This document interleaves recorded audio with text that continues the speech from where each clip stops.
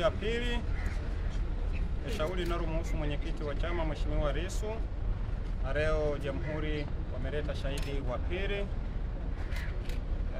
Inspector Kaya. Ameanza ushahidi wake tangia asubuhi, shughuli imekuwa pevu kidogo.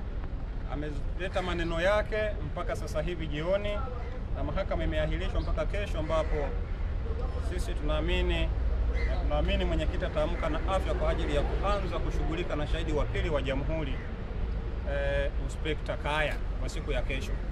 Kwa hiyo tunapenda kusisitiza tu kwamba wananchi napaswa kuja pia kuhudhuria shauri hili, kwa sababu ni mahakama ya wazi, na hapa nje kuna utaratibu wa kuandika majina na kuingia. Kwa hiyo waje kesho, ndio kuna burudani yenyewe, yale maswali. Sisi tunaokuja mahakamani tunapenda yale maswala yale ya kuwauliza mashahidi hawa wa jamhuri.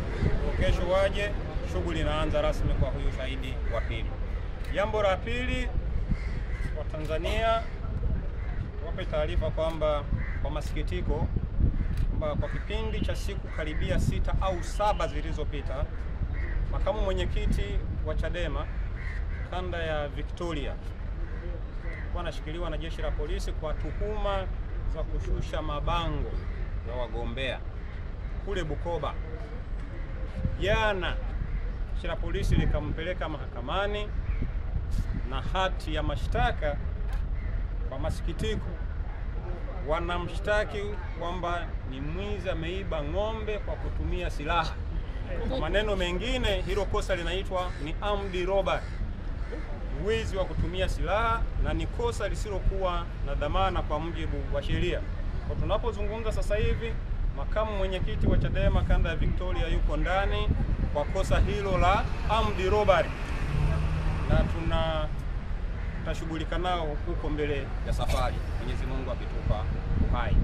Lakini la tatu, jana na juzi tulifile application ya habeas corpus kwa ajili ya mwenyekiti wa Chadema jimbo la Kibamba Ernest Mgawe, pamoja na wananchi wengine wawili, Kiduku pamoja na Frida. Maombi yetu yalitakiwa yasikilizwe jana na mahakama kuu ikayasogeza mbele mpaka leo majira ya saa 9 alasiri. Napenda kuwafahamisha tu kwamba kabla ya saa 9 alasiri, kabla ya kuja mahakamani, jeshi la polisi wakaona wawape dhamana watu hao watatu, na jana walimwachia Mgawe mwenyekiti wetu wa jimbo la Kibamba, na leo asubuhi Frida pamoja na Kiduku chua yule nao pia waliachiwa. Kwa hiyo Innocent aliachiwa na Frida ameachiwa.